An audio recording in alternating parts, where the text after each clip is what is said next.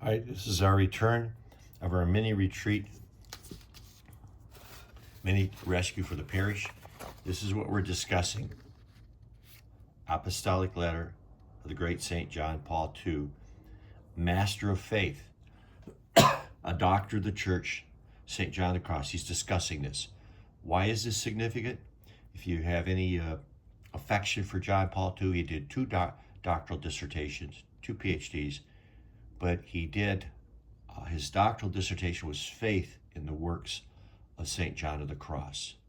Faith as the only proximate means to union with God. Faith is not contrary to reason. You leave reason out, you're going to have some problems.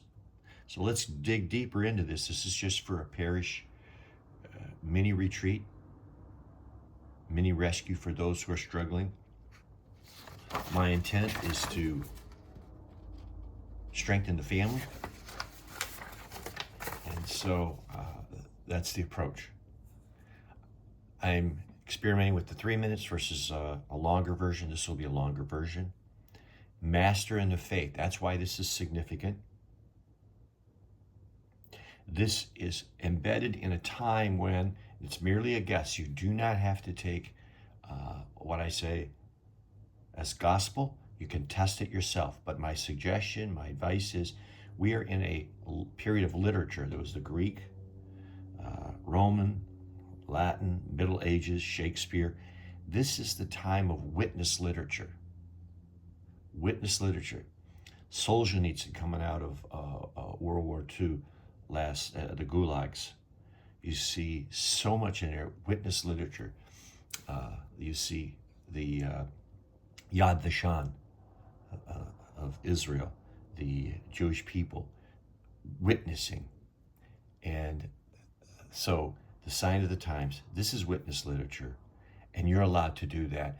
And the point of view is the witnesses. I want to encourage family. I want to encourage moms and dads and children. No one's excluded, and there's as many ways to approach this as there are souls. The Holy Spirit, you proceed as the Holy Spirit permits you to proceed. So there's all kinds of things I could probably improve. I have limited resources, limited time, limited understanding. So it's meant to help. If it doesn't help, find something that does. The goal is to draw closer to God, to protect the family, and to make the family stronger, and to move the family closer to God. The family is something that we've received from God. In our faith, we believe that. So we believe that we didn't create family. The family is something that was given to us by God. All right, so this is the time, epoch, the epic of witness literature. And what I'm saying to you is, if you do not have an education, if you don't have letters, you don't. I've known people who were unfortunate. They couldn't go to school, maybe fortunate. They're very intelligent. So just remember that your witness is important. The little flower, Teresa of Lisieux, she didn't go to college, all right? Teresa of Avila, Teresa of Jesus, a reformer of a male of the men's religious order, a legislator in the Catholic Church, first doctor of the Catholic Church. She didn't understand Latin, and so she didn't have a PhD. Mary in the Bible, Miriam didn't have a PhD, wasn't educated. So remember, witness literature. And think of yourself as a family of that you are, this is, I'm borrowing a term from Jordan Peterson, that you are in like a canoe. In Michigan, we're close to Canada. We're familiar with the concept of the Canadian voyageurs in our past when we were a wilderness area. So that voyageur had a large canoe and would invite people in it, like Houghton, who is known in Michigan. He was a geologist, mining geologist, an explorer, a surveyor. Then you have Father Barraga and Father Marquette, who are theologians. So you have the experts that you invite in your canoe, but you are the voyager, you are the expert on the river that you go down, which is your life. And you invite these experts into your life, but do not give up your maternal instincts, your paternal instincts, and that Don't give up the idea that God can infuse knowledge and understanding and love simultaneously, like fire can infuse heat and light. You talk to some folks within the Catholic Church. We're Catholics, and so squabbles. We're used to squabbles. Squabbles is normal. You have Saint Dominic starting a religious order. The fruit of that is Saint Thomas Aquinas saying the order of preachers. We must let people know about God. If they don't know about God, they can't love God. And you have John of the Cross coming and saying, metaphorically, in a symbolic way, wait a minute, don't limit God. St. Dominic is talking from the level of creation, the here and now. St. John of the Cross is starting with the Godhead, starting from God, saying don't limit God. God can infuse knowledge and faith simultaneously. See that? So wherever your circumstances are, the point of view is that you have a canoe, the river is your life, and you know where it's safe at, you know where to get food at, you know how to survive. But on that river, with your canoe, as a voyager, you're going to bring experts in, and then you analyze them. All right, so this is, therefore I wish, we'll start here, with the light of the Holy Spirit, who is the teacher. Therefore I wish, this is the St. John Paul II teaching, and in harmony with the sapiental style of Friar John of the Cross. That's wisdom, just think of it as wisdom. With the light of the Holy Spirit, who is the teacher, and the sapiential style of the Friar John of the Cross, to comment upon some aspects of his doctrine touching on faith. I want to share his message with the men and women who are living today at this hopeful and challenging hour of history. It's hopeful and challenging because within the church, there's enemies within the church. And it's difficult for new people coming to probably see that. I don't know. I certainly know that in many quarters, you are not supposed to talk about this, okay? And I've been punished. My friends have been punished. You're supposed to just soldier on, and that's not the teachings at all. That's the idea of somebody who's in power and leadership and does not want to talk about that, okay? And we're talking about impeding the progress up the mountain of perfection by individuals who are leaders, who are supposed to serve, who will actually put rocks in your backpack. That's John of the Cross uses that. And so we're going, why are we drilling on this? When I start to lay this foundation, this man is a doctor, this man is an important man, and he's a neglected man because he will protect you from the enemy within, the problem of evil within the church. He's your remedy. He's your medicine. He's going to give you examples and teachings of why certain men in the church are to be challenged. Certain men or women, leadership in the church, are to understand they are limited and they're to be stayed away from. And so this man, as a doctor, what that means for moms and dads is he's not poison. You know, he is, when you talk to different experts, he's a master of the faith. That's where we go here. What does that mean? The faith. The faith is what to believe. That's dogmatic theology for our purposes. So I'm not dogmatic theology, what to believe. Moral theology, how to act. And then spiritual theology, there's two divisions. That's how to perfect one's actions for our purpose. There's ascetical theology, that's the negative approach to God. God is not this, this, and this. That's why we have to break the negative approach to God. Ascetical practices, fasting, suffering, depriving yourself of potato chips if you like potato chips, because you're drying up those appetites so that you know that the potato chip is not God. And I'll tell you, we'll get into that, but there's also spiritual attachment. People fall in love with the gifts of God. The gifts of God are not God. Let me repeat that. The gifts of God are not God. So the ascetical approach is God is not this, this, and this, and then you end up with God by default. And then the other part of spiritual theology is the mystical theology, where you have God, you've turned from evil for a purpose, you begin to communicate with God, that's prayer. You begin to walk towards God, that's with your human acts, which are being perfected in order to God. You begin to walk with God, that's virtue, grounded in virtue and growing in virtue, and patience is the number one. If you're lost in the world, just practice patience. And that patience is like a virtue that will raise, it's like a rising tide. It will increase all your other virtues. And then also the last of the four things here: turn from evil, communicate with God, prayer, walk to God, virtue. The fourth one is docility. Once you go to God, you do his will. And so many people want to do their own will. So he's a master of all that. What to believe, dogmatic theology, moral theology, spiritual theology, both ascetical and mystical. And not all saints are. Some people are just masters of the first part of what's called purgation, illumination, unitive way. He's a master of it all. Some men who are saintly, who that are not that intelligent. You don't need intelligence to do God's will. You just need docility. So they are not masters, and they'll say things. So here is a man who's considered a master in the faith. Once he gets the label of doctor, it means his life is, he's advancing knowledge. Someone who has a master's degree versus a doctorate, PhD's advancing the knowledge. So a master in faith, the historical context. This is put here because you have no excuse. No matter what the troubles are in this church, the family is to survive. Moms and dads are to be competent, and the children are to be safe.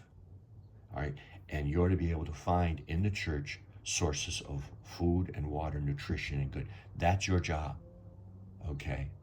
So it fell to Friar John of the Cross to live in historical circumstances that offered him rich possibilities, which spurred the full development of his faith. Rich possibilities. It was horrible, similar to what we have now.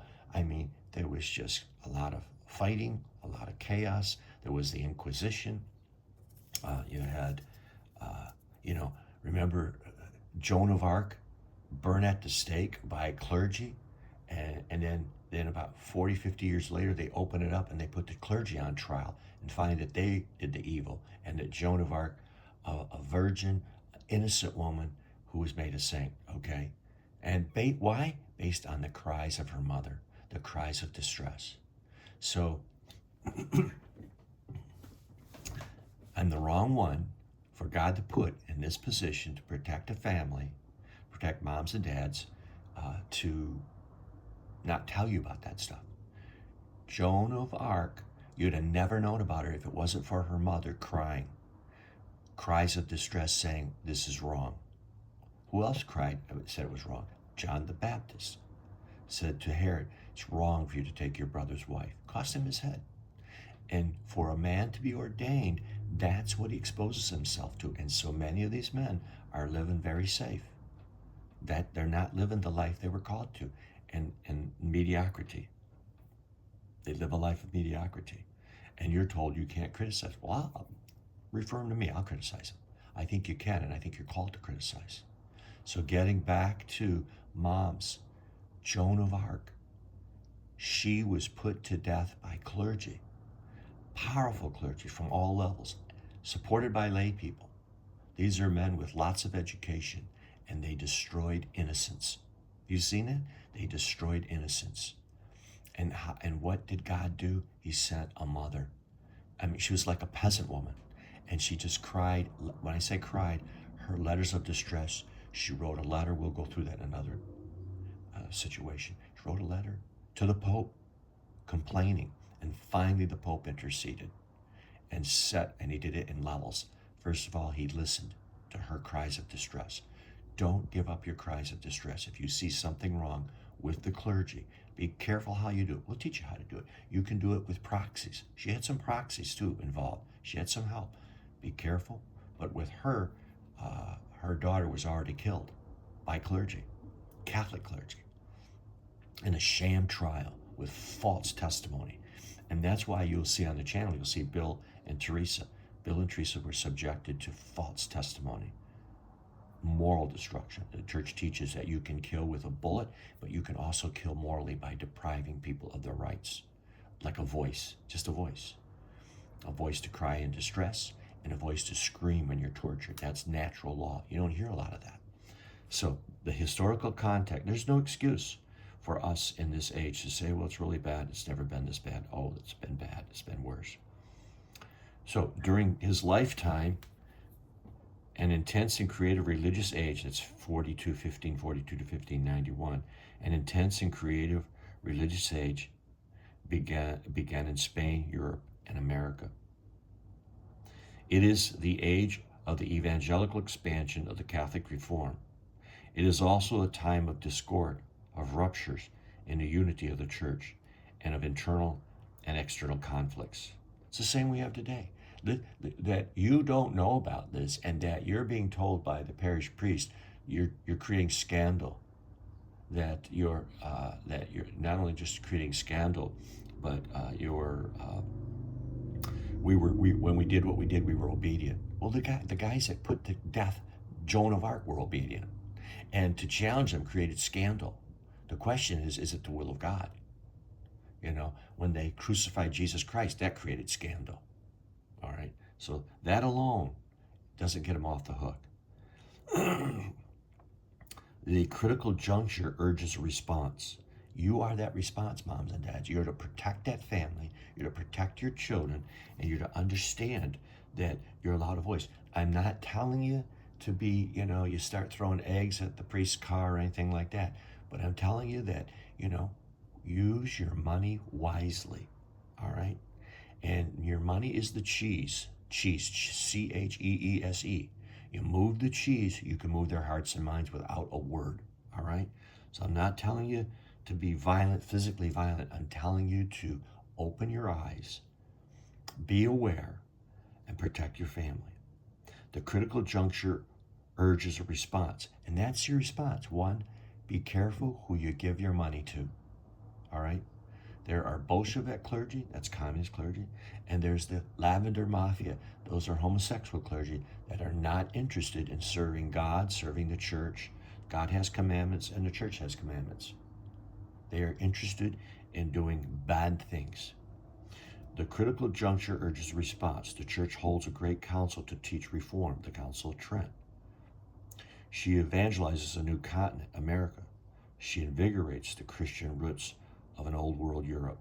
I'm going to read down through here. These situations and events mark out the context of which the life of John of the Cross unfolds. He spends his childhood and youth in extreme poverty and has to make his way by working with his hands in Fonteveros, Aravilla, and Medina del Campo. He follows the Carmelite calling and receives a higher education in the halls of the University of Salamanca. Immediately after a providential meeting with St. Teresa of Jesus, he embraces the reform of Carmel and begins a new form of life in the first convento of Durango. I think that's convent. The first male Descalce Carmelite. He shares the ups and downs of the difficulties of his religious family as it comes to birth. Imprisonment in Toledo. Imprisonment that was imposed by clergy. He was put in prison. He was under obedience to stay in prison, and he was beaten, I think, 2 or 3 times a week by order of the religious superiors. These are priests. And he broke with that obedience, and he ran away from that prison. So he's breaking with obedience. So when you hear the priest say, we have to be obedient to things that are not intelligible, God is intelligible. You don't have to. Obedience has limits. And you're going to create scandal. Well, he created scandal when he ran away from that prison. Moses created scandal when he freed his people from slavery, okay? So keep that in mind. You have to think. Imprisonment in Toledo and the solitude of El Calvario and La Peñuela and Andalusia. His apostolate in the monasteries of nuns and his work as superior weather him. Form him, I would say. His mature personality emerges in a lyric outpouring of poetry in his written commentaries, in his simple conventual life, in his itinerant apostolate. Alcala de Henares, Segovia, and Ubeda are names which evoke the fullness of his interior life, of his priestly ministry, and his spiritual magisterium. Spiritual magisterium, that's powerful. We'll come back to that. And so keep in mind what's going on here. I'll come back to that. I want to read through all this. Evoke the fullness of his interior life and priestly, meaning you can be immature. You might not have the fullness. Your priest may be immature. Your priest may be mediocre, okay, and may not have the fullness of life and maturity. This rich experience enables him to face the state of the church at his time with an open attitude. So many of your priests and the staff cannot face the state of the church with an open attitude. They can't. Our experience is that they are the boss, and it's their way or the highway. They'll say that to staff. They'll say that to you. And because of what? Their lack of maturity. That's why.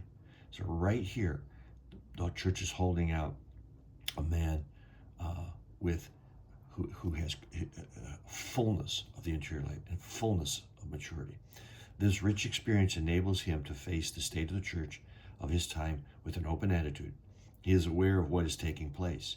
In his writings, he alludes to heresies and errors. So he didn't stay away from this stuff, the conflict. He knows what's going on. So many, we've had priests, don't bring me that. Don't talk about that. Walk away. They don't want to hear it. They're supposed to be fathers with families. They're supposed to be taking, that's why they don't have wives. They're supposed to be able to nurture a woman and a man and a child. They are supposed to be detached, and they are mediators between God and man. They come and nurture and feed, and they often, don't bring me that problem. Don't talk to me about that. That's a sign of immaturity. That's a sign of a man who should have never been ordained. He can't handle the problems. Get out of the way and let somebody else in who can. So he's aware of what is taking place. In his writings, he alludes to heresies and errors. At the end of his life, he offers to go to Mexico to preach the gospel. He is preparing to carry out his purpose when sickness and death cut him short. He was treated very badly at his death, and that's a point for history you can check into. Finally, one of the friars caught him in a bad way and chastised the men who were priests and brothers who were neglecting him as he's dying. Juan de Yepes' response to the grave spiritual needs of his time is to embrace a contemplative vocation. So moms and dads, you can be very busy with 10 kids, and you're like a turtle. You have their little shell.